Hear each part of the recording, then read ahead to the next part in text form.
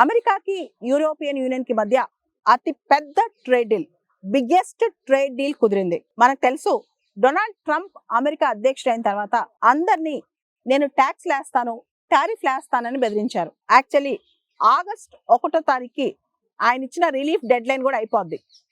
European union తో trade deal కుదరకపోతే August 1వ తారీఖు నుంచి 30% ఏదైతే యూరోపియన్ యూనియన్ నుంచి అమెరికాకి ఎక్స్పోర్ట్స్ వెళ్తాయో దాని మీద యూరోపియన్ యూనియన్ వాళ్ళు 30% ట్యాక్స్ పే చేయాలి. కానీ ఇప్పుడు బేస్ లైన్ ట్యాక్స్ చాలా వరకు యూరోపియన్ యూనియన్ నుంచి అమెరికాకి వెళ్లే గూడ్స్ అండ్ సర్వీసెస్ కి 15% మాత్రమే ట్యాక్స్ అనమాట. ఈ కొత్త ట్రేడ్ డీల్ లో ఓన్లీ 15% ట్యాక్స్ అని తెలుస్తోంది. మామూలుగా అయితే ఆగస్ట్ 1 డెడ్ లైన్ లోపల ఈ ట్రేడ్ డీల్ కుదరకపోతే గనక 30% ట్యాక్స్ కట్టాల్సి వచ్చేది యూరోపియన్ యూనియన్ అమెరికాకి.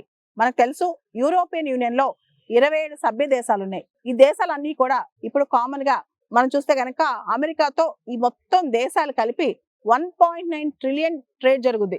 ప్రతి సంవత్సరం అమెరికాకి యూరోపియన్ యూనియన్ కి $1.9 ట్రిలియన్ ట్రేడ్ అన్నమాట. ఈ $1.9 ట్రిలియన్ ట్రేడ్ లో యూరోపియన్ యూనియన్ కనుక ట్యాక్సులు కట్టాల్సి వస్తే, అమెరికా చెప్పిన ట్యాక్సులు కట్టాల్సి వస్తే చాలా కట్టాలి, 30%, 40%. కానీ ఇప్పుడు అమెరికాతో ట్రేడ్ డీల్ కుదుర్చుకోవడం వల్ల ఇప్పుడు 15% బేస్ లైన్ ట్యాక్స్ మాత్రమే యూరోపియన్ యూనియన్ అమెరికాకి ఎక్స్పోర్ట్ చేసే గుడ్స్ మీద వేస్తారనమాట.